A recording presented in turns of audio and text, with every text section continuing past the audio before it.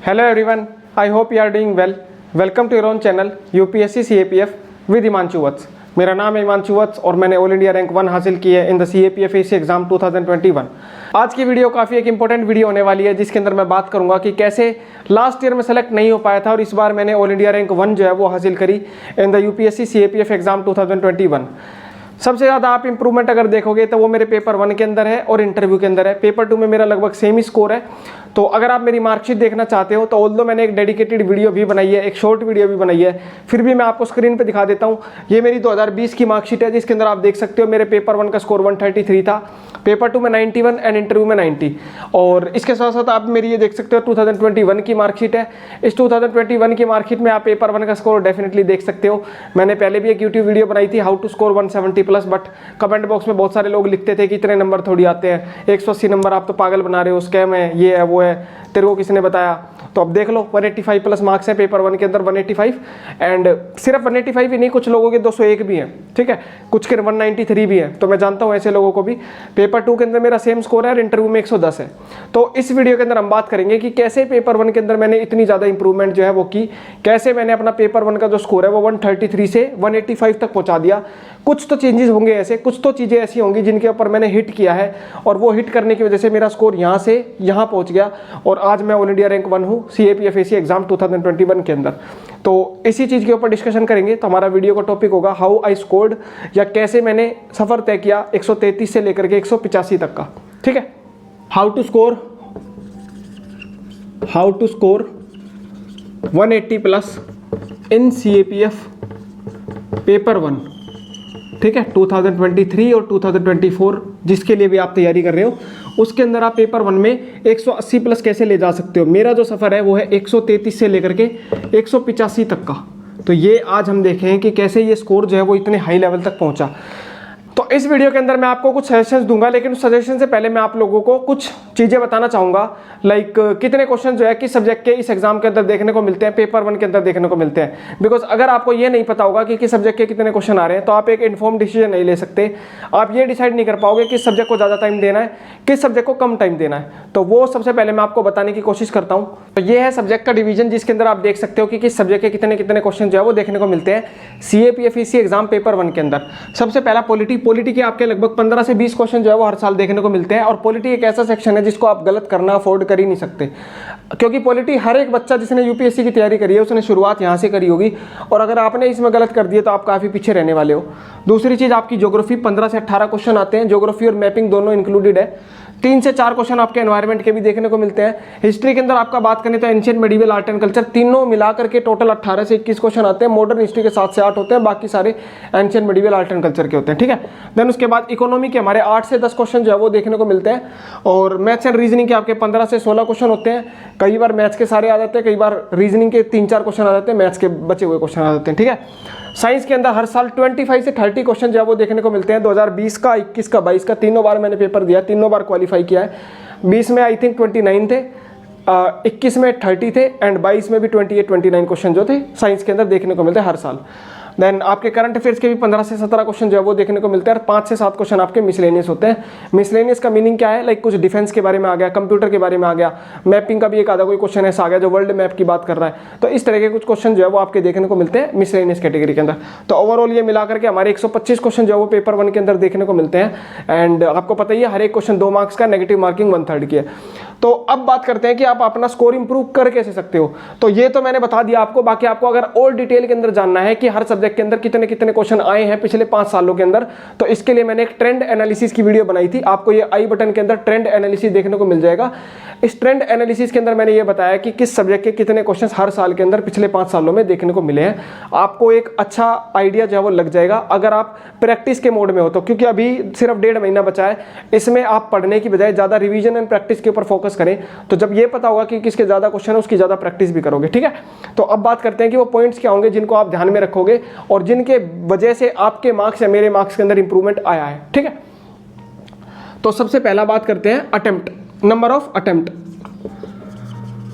जो क्वेश्चंस है उनकी इंप्रूवमेंट अटेम्प्ट कैसे है। ऑल तो देखो मैंने 2020 में भी 133 क्वेश्चन के आसपास 133 मेरे मार्क्स जो आए हैं, मैंने 2020 के अंदर भी 118 119 अटेम्प्ट किए थे, और 2021 के अंदर भी मैंने 118 119 अटेम्प्ट किए हैं, 2022 के अंदर भी मैंने 116 117 अटेम्प्ट किए हैं। तो आप ये देखो कि हाई स्कोर आने का एक जो मेन पॉइंट है, सबसे इंपॉर्टेंट पॉइंट है, वो ये है कि नंबर ऑफ क्वेश्चन आपको बढ़ाने पड़ेंगे अटेम्प्ट। अगर आप 85 90 ये करके आ रहे हो तो आपका नहीं होने वाला है। क्यों? बिकॉज मतलब सिलेक्शन हो जाएगा लेकिन फाइनल सिलेक्शन हो इसकी कोई गारंटी नहीं है। और दूसरा 180 तो भूल जाओ, उतने मार्क्स नहीं आएंगे अगर आप 90 100 क्वेश्चन करके आ रहे हो तो। एटलीस्ट आपको 110 क्वेश्चन तो करने पड़ेंगे, क्योंकि 10 से 12 क्वेश्चन हर एक बंदा गलत करके आता है, ठीक है। और आपका नेट जो है 185 नंबर लाने के लिए नेट कितना चाहिए आपको? 185 नंबर लाने के लिए मेरे ख्याल से आपको 98 99 नेट क्वेश्चन सही होने चाहिए। तो अगर आप 100 क्वेश्चन करके आओगे तो 180 तो नंबर भूल जाओ, फिर आएंगे ही नहीं, ठीक है। 10-12 क्वेश्चन तो हर कोई गलत करके आता है, तो 110 प्लस तो आपको जाना पड़ेगा, तभी आएगा इतना ज़्यादा स्कोर। सबसे पहली बात तो ये है। बाकी ये टोटली आप पे डिपेंड करता है आप कितने अटेम्प्ट करना चाहते हो। मैं ज़्यादा अटेम्प्ट करता हूँ हर एक एग्जाम के अंदर, पूरे अटेम्प्ट करके आ जाता हूँ मैं। तो आपकी अपनी चॉइस है, आपको लगता है कि आपकी एक्यूरेसी अच्छी है तो आप 100 क्वेश्चन करके आओ, 3-4 गलत हुए तो भी आपका काम हो जाएगा, ठीक है, इतने नंबर आ जाएंगे। बट ऐसा होता नहीं है 3-4 ही गलत हो, 15 क्वेश्चन के आसपास तो मेरे ख्याल से हर कोई गलत कर देता है, ठीक है। नेक्स्ट इंपॉर्टेंट चीज जो मैं आपको बताना चाहूंगा वो होता है सब्जेक्ट के बारे में आइडेंटिफाई करना, कौन सा सब्जेक्ट कितना ज्यादा इंपॉर्टेंट है। और वो आपको कैसे पता चलेगा? ये प्रीवियस ईयर के क्वेश्चंस को देख करके। जैसे मैंने आपको बताया कि साइंस के काफी ज्यादा इंपॉर्टेंट है, तो मेरे 2020 के अंदर मैं अगर आपको बताऊं, साइंस में मेरे 29 में से केवल 17 क्वेश्चन सही थे, लेकिन 2021 के अंदर मैंने 29 में से या 30 में से 26 क्वेश्चन सही किए थे, तो मेरे 20 नंबर के आसपास तो यहाँ से आ गया। दूसरा, मेरे को पता है कि मैं इंजीनियर हूँ, मैथ्स एंड रीजनिंग में सही तरीके से कर सकता हूँ, लेकिन स्टिल 2020 में मैंने 3 क्वेश्चन गलत कर दिए थे। 2021 के अंदर मेरे वो सारे के सारे सही थे। एंड तीसरी चीज जो थी वो थी करंट अफेयर्स। 2020 के अंदर मेरे जो है करंट अफेयर्स के लगभग 3 या 4 क्वेश्चन सही थे। 2021 के अंदर मैंने करंट अफेयर्स के जितने भी अटेम्प्ट किए थे, 15 आए थे टोटल, मैंने 12 अटेम्प्ट किए थे, 12 के 12 मेरे सही थे। तो ये कुछ चीजें हैं जिन्होंने मेरे मार्क्स को इंप्रूवमेंट करने में हेल्प करी। लाइक साइंस से मैंने बढ़ा दिया लगभग 20 नंबर के आसपास, मैथ से मैंने बढ़ा दिया 10 नंबर के आसपास, और करंट से मैंने बढ़ा दिया लगभग 15 नंबर के आसपास। तो ये मान के चलो 20 30 40 45, और मेरा पेपर 1 में लगभग 52 मार्क्स का इंप्रूवमेंट है। 2-3 क्वेश्चन पॉलिटी ज्योग्राफी का ठीक कर दिया एक्स्ट्रा, उससे मेरा काम हो गया। ये 3 मेजर चीज थी जिनके ऊपर मैंने ध्यान दिया। अब बात करते हैं थोड़ा इन सब्जेक्ट के बारे में कि इन सब्जेक्ट को आप किस तरीके से कहाँ से फोकस लेकर के चलोगे, ठीक है। सबसे पहले बात करते हैं हमारा पॉलिटी के लिए आपको क्या, देखो बुक लिस्ट वगैरह इस वीडियो के अंदर मैं बुक लिस्ट डिटेल में नहीं बताऊंगा, मैंने ऑलरेडी आपको बुक लिस्ट बताई हुई है, बहुत बार बताई हुई है। तो पॉलिटी को किस तरह से करना है उसके बारे में मैं आपको बात करता हूं। पॉलिटी के अंदर सिंपल आपको लक्ष्मीकांत जो बुक है उसको डीप में पढ़ना है, एक इंडियन कॉन्स्टिट्यूशन एट वर्क है, उस बुक को डीप में पढ़ना है। पढ़ने के साथ साथ आपको प्रैक्टिस खूब सारी करनी है, सिविल सर्विसेज के, सीएपीएफ के, सीडीएस के प्रीवियस ईयर के क्वेश्चंस की प्रैक्टिस करनी है। कोई टेस्ट सीरीज अगर आप ज्वाइन करना चाहते हो वो ज्वाइन कर सकते हो, अगर आपको कोई अफोर्डेबल टेस्ट सीरीज मिल जाती है तो पॉलिटी के अंदर जो मेन फोकस रखना वो अपना fundamental rights, DPSP, fundamental duties, preamble, courts, ठीक है। इसके अलावा पार्लियामेंट्री कमिटीज, ठीक है, एक इलेक्शन कमीशन ऑफ इंडिया या पब्लिक या कॉन्स्टिट्यूशन नॉन कॉन्स्टिट्यूशन बॉडीज। तो इन चीजों के ऊपर ज्यादा फोकस रखोगे, आपका जो कॉस्ट बेनिफिट होगा ना वो काफी ज्यादा होगा, और आप ओवरऑल जो मार्क्स है उनके अंदर इंप्रूवमेंट जो वो देखने को मिलेगी आपके ओवरऑल मार्क्स के अंदर। तो पॉलिटी के अंदर ये पता लगाना काफी ज्यादा जरूरी है, और वो कहां से पता चलेगा? प्रीवियस ईयर क्वेश्चन से, ठीक है। दूसरी चीज मैं आपको बताता हूं, वो आती है साइंस। साइंस के अंदर देखो, यहां समझो साइंस जो है वो जनरल साइंस है।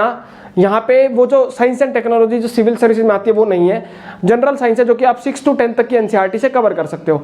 आपने 6 to 10 तक की एनसीईआरटी पढ़नी है। 11th-12th के कुछ इंपॉर्टेंट टॉपिक्स हैं, लाइक पॉलीमर्स, एनवायरमेंटल केमिस्ट्री, इसके अलावा बायोलॉजी के लास्ट के 4 चैप्टर जो एनवायरमेंट में आपको हेल्प करेंगे 12th क्लास में।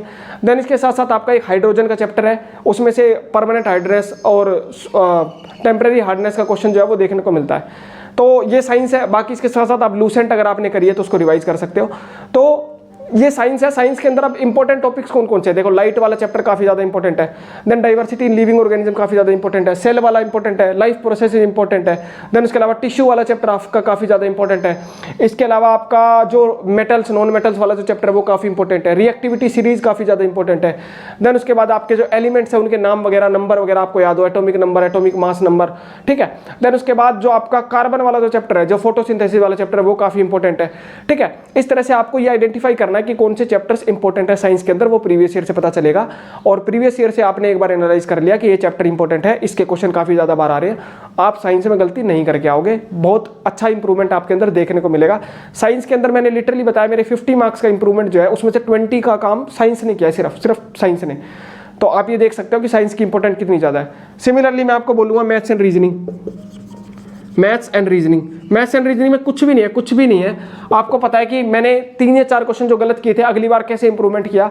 मैंने वो जो मैथ्स एंड रीजनिंग है पढ़ा तब भी नहीं मैंने कुछ भी, मैंने सिर्फ प्रीवियस ईयर के क्वेश्चन 2012 से लेकर के 2022 तक उन प्रीवियस ईयर क्वेश्चंस को सोल्व किया, और उनमें जितने भी टॉपिक्स आ रहे थे, लाइक क्लॉक एंड कैलेंडर का क्वेश्चन आता है, मिरर का क्वेश्चन आता है, इसके अलावा आपका टाइम एंड वर्क का क्वेश्चन आता है, स्पीड एंड डिस्टेंस का क्वेश्चन आता है, आपका जनरल जो इक्वेशन बनती है x + y = something and 2x + 3y = something, ये 2 इक्वेशन इन टू वेरिएबल्स, तो ये सोल्व करना आपका आसान हो जाता है काफ़ी।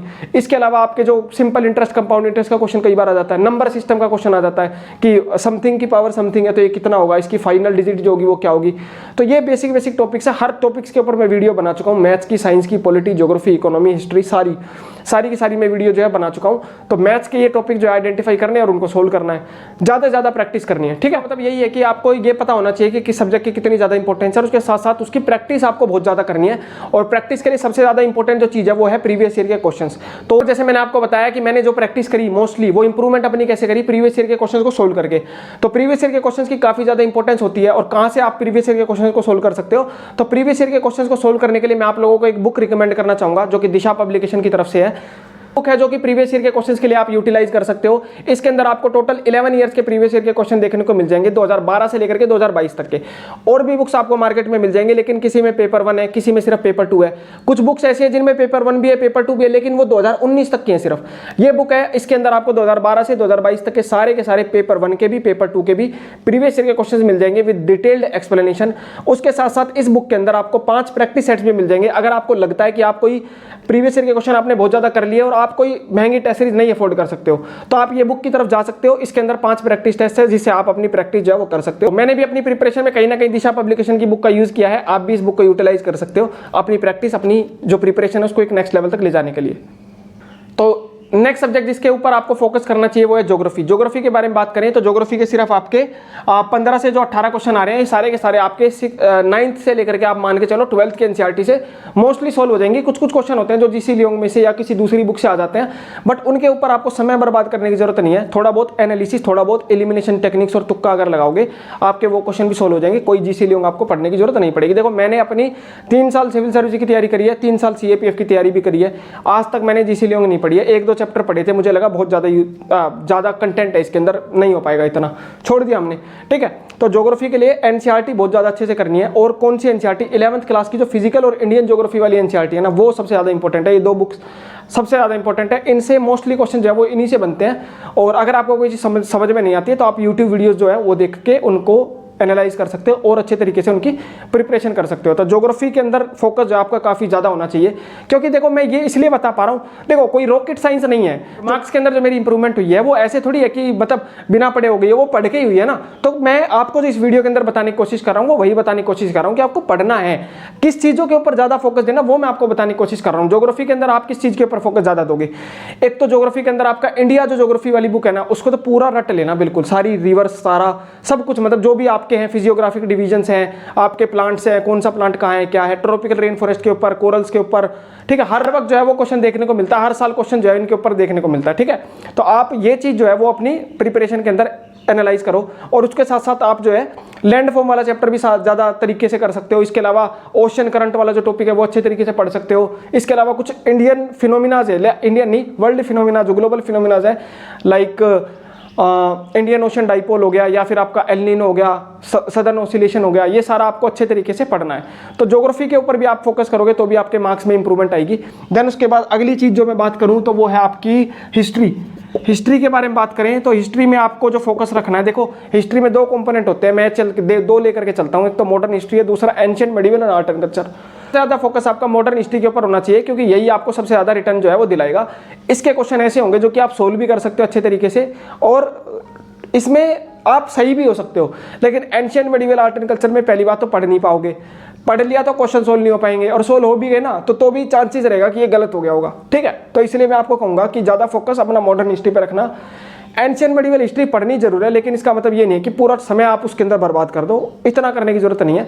सोर्सेज आपको सब चीज़ों के पता है। मॉडर्न हिस्ट्री के अंदर बताऊं तो सबसे ज़्यादा इंपॉर्टेंट टॉपिक्स कौन कौन से हैं? एक तो स्पेक्ट्रम का अपेंडिक्स काफ़ी ज़्यादा जरूरी है। उसके साथ साथ उसके अंदर आप दूसरा क्या कर सकते हो कि जो रिफॉर्म मूवमेंट वाला चैप्टर है वो काफ़ी ज़्यादा इंपॉर्टेंट है। पीजेंट्स एंड लेबर लॉज वाला जो चैप्टर है, लेबर मूवमेंट्स वाला जो चैप्टर है वो काफ़ी ज़्यादा इंपॉर्टेंट है। Then non cooperation movement, Swadeshi movement, इसके अलावा अपना civil disobedience movement, quit India movement, ये सबसे ज़्यादा इंपॉर्टेंट हो जाते हैं। गांधी जी का जो पीरियड था वो काफ़ी ज़्यादा इंपॉर्टेंट हो जाता है।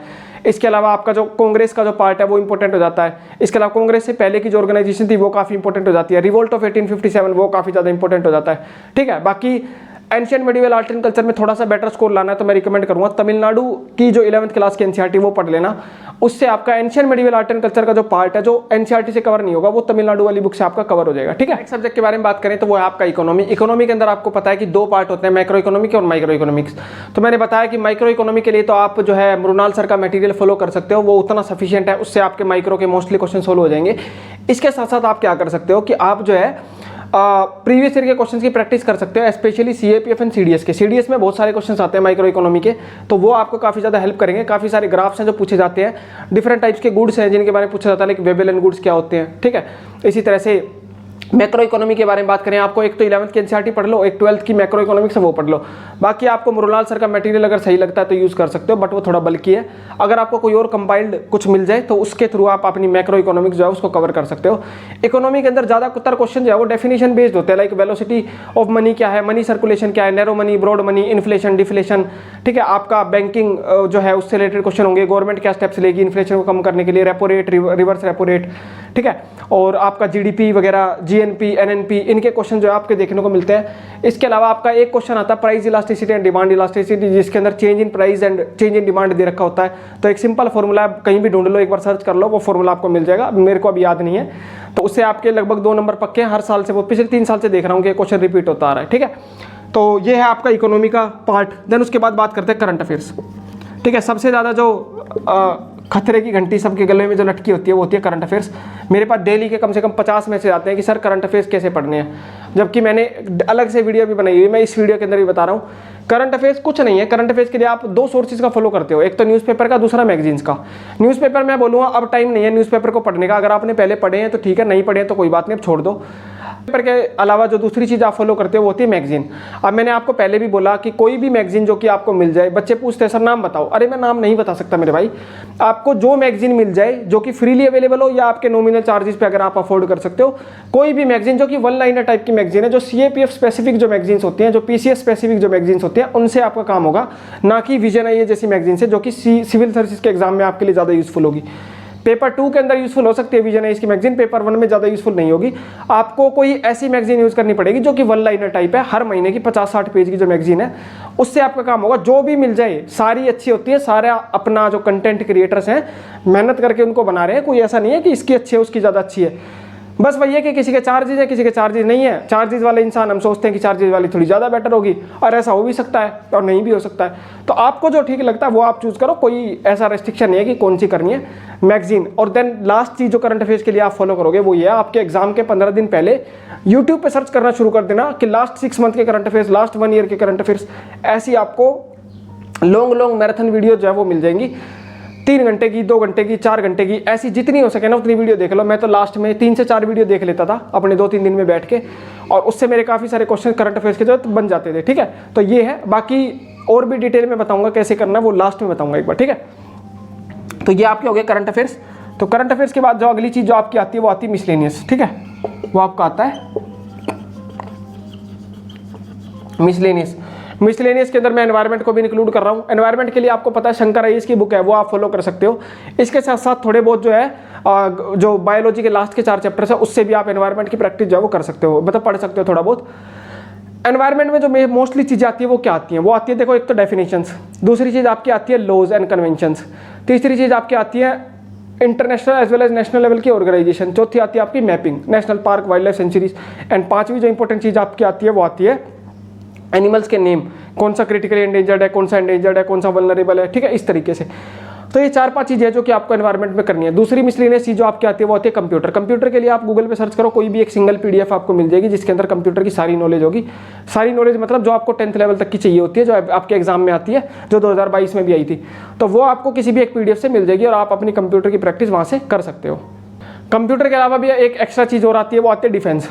डिफेंस के बारे में बात करें तो यूट्यूब पे सर्च करना, कोई भी एक वीडियो मिल जाएगी जिसके अंदर सारा स्टैटिक डिफेंस जो है वो कवर होगा।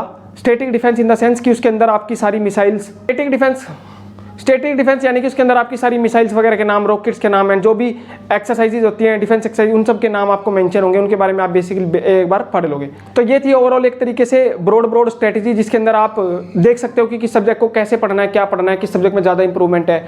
अब मैं आपको कुछ सजेशन पॉइंट्स आपको देना चाहूँ शुरू से लेकर के एंड तक कि आप पेपर 1 के अंदर ओवरऑल कैसे मार्क्स की इंप्रूवमेंट कर सकते हो, तो वो पॉइंट ध्यान से सुनना। सबसे ज़्यादा इंपॉर्टेंट पार्ट ये होगा इस वीडियो का, तो इसके अंदर आपको पूरा फोकस जो है वो देकर के चलना है। सबसे पहला आपको अटेम्प्ट बहुत ज़्यादा जो है ना वो करने पड़ेंगे। बहुत ज़्यादा इन द सेंस ये नहीं है कि आपको पूरा ही कर देना है 125 के 125, बट मेरा मानना है कि 110 प्लस तो एटलीस्ट चाहिए।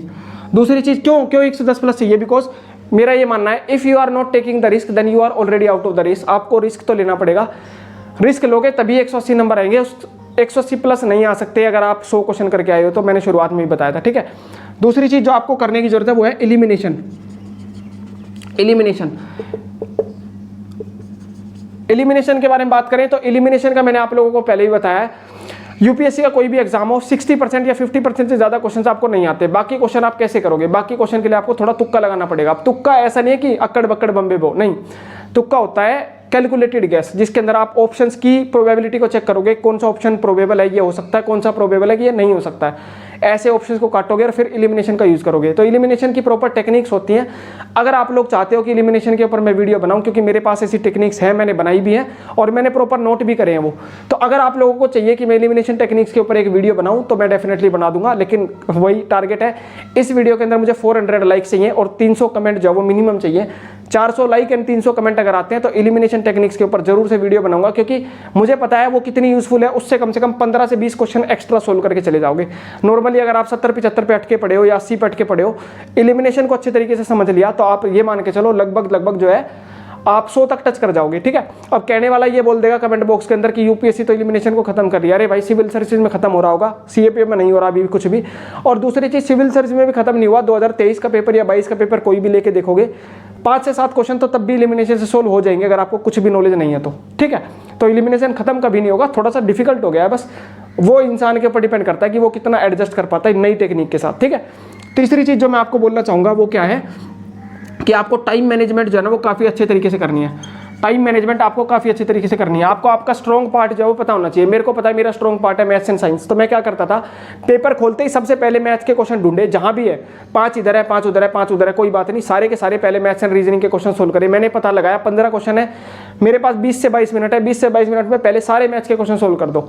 जैसे ये हो जाएगा उसके बाद आप अपने अगले पार्ट पे आओगे। फिर मैं साइंस करता, फिर मैं पॉलिटी ज्योग्राफी। तो आप अपना स्ट्रॉन्ग पार्ट एनालाइज करो कि कौन सा आपका स्ट्रॉन्ग सब्जेक्ट है और उसके ऊपर सबसे ज्यादा फोकस जो है वो करना है, ठीक है।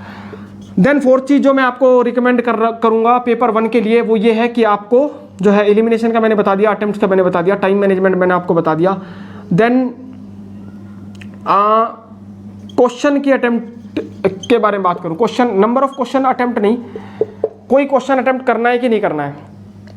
देखो, अगर किसी क्वेश्चन की थोड़ी बहुत भी नॉलेज है ना, थोड़ी बहुत भी इन द सेंस कि आपको 4 ऑप्शंस में से एटलीस्ट एक तो पता है कि ये नहीं है, अब आपके पास केवल 3 ऑप्शन जो है वो बचे हैं, इस क्वेश्चन को आपको अटेम्प्ट करना ही करना है। मतलब मैं तो यही कहूंगा, देखो करना है, क्योंकि एक भी ऑप्शन अगर आपने एलिमिनेट कर दिया तो आपका सही होने का चांस जो है वो एक तरीके से बढ़ गया है। तो आपको उस क्वेश्चन को अटेम्प्ट करना है और 50-50 अगर आ गया तब तो 100% अटेम्प्ट करना है, वो तो छोड़ना ही नहीं है, ठीक है। तो किसी क्वेश्चन की बिल्कुल भी नॉलेज नहीं है ना तो ही छोड़ना उसको। अगर थोड़ी बहुत भी नॉलेज है, थोड़ा बहुत भी गेस कर पा रहे हो, सोच पा रहे हो, तो उसको अटेम्प्ट करो, ठीक है। देन अगली चीज जो मैं रिकमेंड कर रहा हूं वो क्या है, प्रीवियस ईयर के क्वेश्चंस। प्रीवियस ईयर के क्वेश्चन जैसे मैंने बताया, आपका पेपर 1 हो या पेपर 2 हो, बहुत ज्यादा इंपॉर्टेंट है। उससे आपको बहुत चीजें सीखने को मिलेगी। क्यों सीखने को मिलेगी? क्योंकि उसमें से क्वेश्चंस हर साल रिपीट होकर के आते हैं, या तो थीम्स रिपीट होती हैं, या तो टॉपिक रिपीट होता है, या डिट्टो क्वेश्चन रिपीट होता है। तो प्रीवियस ईयर के क्वेश्चंस के लिए आप एक अच्छा सोर्स जो है वो फॉलो कर सकते हैं। और मैंने आपको पहले भी बताया कि दिशा पब्लिकेशन की एक बुक है जिसके अंदर आपको 11 साल के प्रीवियस ईयर के क्वेश्चन देखने को मिल जाएंगे, जो कि आपका 2012 से 2022 तक है with detail explanation, both paper 1 and paper 2। Single book के अंदर आपकी काफ़ी सारी चीज़ें कवर हो जाएंगी। तो CAPF के एग्जाम के लिए काफ़ी यूजफुल बुक है, आप इसको परचेज कर सकते हो। इसका डिस्क्रिप्शन बॉक्स के अंदर आपको परचेजिंग लिंक जो वो मिल जाएगा, आप बाय कर सकते हो। बाकी आपकी चॉइस है, आपको कुछ और अच्छा लगता है तो आप वो भी कर सकते हो, बट क्वेश्चंस की प्रैक्टिस सबसे ज़्यादा जरूरी है, उसका कोई सब्स्टिट्यूट नहीं है, ठीक है। अब नेक्स्ट पॉइंट जिसके बारे में हम बात करेंगे वो है कॉन्फिडेंस, जो कि आपको एग्जाम के लिए एग्जाम के अंदर बहुत ज़्यादा जरूरी है। आपको खुद पे कॉन्फिडेंस होना बहुत ज़्यादा जरूरी है, अपने सोर्सेज के ऊपर कॉन्फिडेंस होना बहुत ज़्यादा जरूरी है, खुद पे ट्रस्ट होना जरूरी है। जो भी सोर्सेज आपने फॉलो किए वो यूजफुल है, ये मान के चलना, और क्वेश्चंस को सोल्व करते वक्त कॉन्फिडेंट रहना, डरना नहीं है कि यार लगाऊं कि नहीं लगाऊं। इस चक्कर में ना बहुत सारे क्वेश्चन छूट जाते हैं, तो वो करना नहीं है, ठीक है। कॉन्फिडेंस बहुत जरूरी है। तो ये ओवरऑल ब्रॉड स्ट्रेटेजी थी जो कि आप फॉलो कर सकते हो पेपर 1 के अंदर अपने मार्क्स जो है उनको इंप्रूव करने के लिए। मैंने आपको बताया मेरे पेपर 1 के अंदर जो मार्क्स थे 133 थे, उससे बढ़कर के 185 हो गए, और मैंने AIR1 जो है वो भी सिक्योर करी, जिसमें पेपर 1 ने बहुत बड़ा रोल जो है वो प्ले किया। मैंने अपने मार्क्स सबसे ज़्यादा कहाँ इंप्रूव किए? साइंस के अंदर। साइंस के अंदर मैंने अपने मार्क्स जो थे वो 17 क्वेश्चन से बढ़ा करके मैंने 26 क्वेश्चन कर दिया। मैथ्स के अंदर मैंने अपने क्वेश्चन जो थे वो 3 क्वेश्चन गलत थे, उसको बढ़ा करके मैंने 0 क्वेश्चन गलत पे लेकर के चला गया। तीसरा मैंने करंट अफेयर्स में मेरे जो जहाँ 3-4 क्वेश्चन सही थे वो मैंने बढ़ा करके 12 क्वेश्चन सही जो है वो कर दिया। तो आप ये देख सकते हो कि इन तीनों चीज़ों से ही मेरा लगभग जो है वो 50+ मार्क जो है वो इंप्रूव हो गया। लेकिन ये हुआ कैसे? ये हुआ इस तरह से क्योंकि मैंने 2020 में जो गलती करी थी वो एनालाइज करी, वो समझी कि गलती थी क्या, और जब वो गलती समझ में आई तो उसके ऊपर काम करना शुरू किया। ये पता लगाया कि किस सब्जेक्ट की ज़्यादा इंपॉर्टेंस है, उसके क्वेश्चन ज़्यादा आ रहे हैं। अब आर्ट एंड कल्चर के 7 क्वेश्चन आ रहे हैं, उस पर पूरा दिन लगा दो, पूरा महीना लगा दो, नहीं होंगे वो 7 तब भी सही। बट अगर साइंस पे 1 दिन 2 दिन 4 दिन भी लगा दिए तो प्रोबेबिलिटी है कि सारे सही हो जाएं, ठीक है। तो मैं एज एन इंजीनियर आप लोगों को रिकमेंड करना चाहूँगा कि कॉस्ट बेनिफिट एनालिसिस पे काम करो। हर चीज़ का कॉस्ट बेनिफिट जब तक नहीं निकालोगे तब तक आपको पता नहीं चलेगा कि किस चीज़ का यूजफुलनेस ज़्यादा है, किस चीज़ की यूजफुलनेस कम है। कॉस्ट बेनिफिट अगर आपने एक बार सही तरीके से कर लिया, आपके डेफिनेटली मार्क्स इंप्रूवमेंट आएंगे ही आएंगे, ठीक है। मार्क्स इंप्रूव होंगे ही होंगे, कोई पॉसिबिलिटी नहीं है कि नहीं इंप्रूव होंगे अगर आपने उसके अंदर मेहनत ठीक से करी है तो, ठीक है। तो ये ओवरऑल स्ट्रेटेजी थी। बाकी अगर ये स्ट्रेटेजी आपकी यूजफुल होगी 2023 के एग्जाम के लिए, अगर कोई बच्चा 2024 की तैयारी कर रहा है वो भी स्ट्रेटेजी को फॉलो कर सकता है। तो ये ओवरऑल स्ट्रेटेजी है जो कि आप फॉलो कर सकते हो पेपर 1 के अंदर अपने मार्क्स को इंप्रूव करने के लिए। बाकी आई होप कि मैंने सारी डायमेंशन जो है उनको कवर कर दिया गया। स्टिल आपको कुछ लगता है कि कुछ मिस हो गया तो उसके लिए आप जो है कमेंट बॉक्स में पूछ सकते हो, टेलीग्राम पे पूछ सकते हो, या फिर मुझे इंस्टाग्राम पे पूछ सकते हो। कमेंट के मैं रिप्लाई जो है वो देने की पूरी कोशिश कर रहा हूँ, जल्द से जल्द रिप्लाई देने की कोशिश कर रहा हूँ। तो जो भी आपका डाउट है कमेंट बॉक्स, इंस्टाग्राम या फिर टेलीग्राम पे आप अपना पूछ सकते हो। तो आई होप कि आपको कुछ सीखने को मिला होगा इस वीडियो से, आपको मेरे जो मार्क्स की इंप्रूवमेंट है उससे कुछ सीखने को मिला होगा। बाकी यही चाहूँगा कि आप अपनी मेहनत करते रहो और आपका एग्जाम जो है वो जल्द से जल्द क्लियर हो। मिलते हैं नेक्स्ट वीडियो के अंदर। अगर आपको चाहिए एलिमिनेशन टेक्निक्स के ऊपर भी वीडियो तो मैं डेफिनेटली बना दूंगा, लेकिन कंडीशन क्या है? 400 लाइक्स एंड 300 कमेंट इस वीडियो के ऊपर होने चाहिए। मिलते हैं नेक्स्ट वीडियो के अंदर। Thank you so much, thanks for watching it, have a nice day.